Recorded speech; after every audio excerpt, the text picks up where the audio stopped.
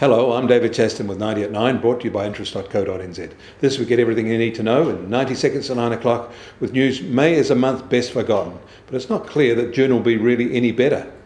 There were a range of May PMI reports out overnight, and they most all reported contractions, but at a lesser pace than for April.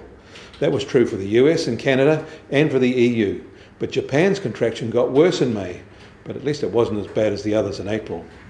The odd one out, though, is China, where they reported an unexpected return to an expansion, and that is despite weak export orders there.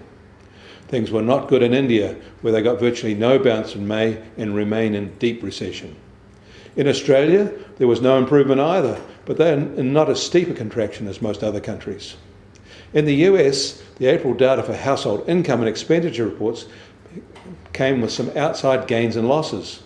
The burst of stimulus in the month has had an outside impact on incomes, and that probably indicates just how precarious the average household income level was there before the lockdown. Consumer spending, however, the American economy's main engine, fell by a record 14% in April, and it may have declined by a less amount in May, but is still a decline, and the echoes of that pullback are being felt worldwide. One loud echo is coming from America's manufacturing heartland in the Chicago area. Their PMI fell harder than expected in May, and lower than for April, and lower than for the GFC, and the lowest in nearly 40 years. Also lower than expected is consumer sentiment. That stimulus money is being saved, not spent, as the outlook darkens further and consumers hunker down with sharply lower expectations. Consumers are sensing what the Atlanta Fed is reporting, a humongous collapse in economic activity in the second quarter of 2020, down by more than 50%, believe it or not.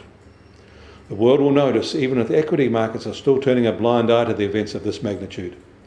One government is focusing on the future, South Korea. They have announced a $100 billion New Deal plan to reshape their economy. The plan aims to create an extra 500,000 jobs by 2022 by focusing on 100,000 specialists in artificial intelligence and software programming.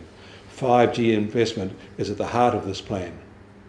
In Australia, their housing market has stabilised in May.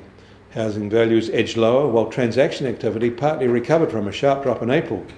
While the May value retreat was minor, it seems clear they are moving to a cycle where declines will become more normal. The US Treasury 10-year yield is stable today at 0.66%. The gold price is higher, up $5 to $1,736 an ounce. And oil prices are unchanged today. The US crude price is now just over $35 a barrel, while the Brent benchmark is on $38 a barrel. And the Kiwi dollar has risen solidly over the weekend. We're now just on 62.9 US cents, which is a full 1 cent gain and an 11-week high.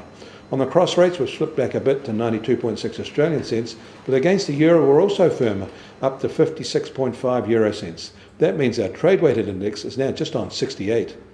I'm David Chaston. That was 90 at 9, brought to you by interest.co.nz.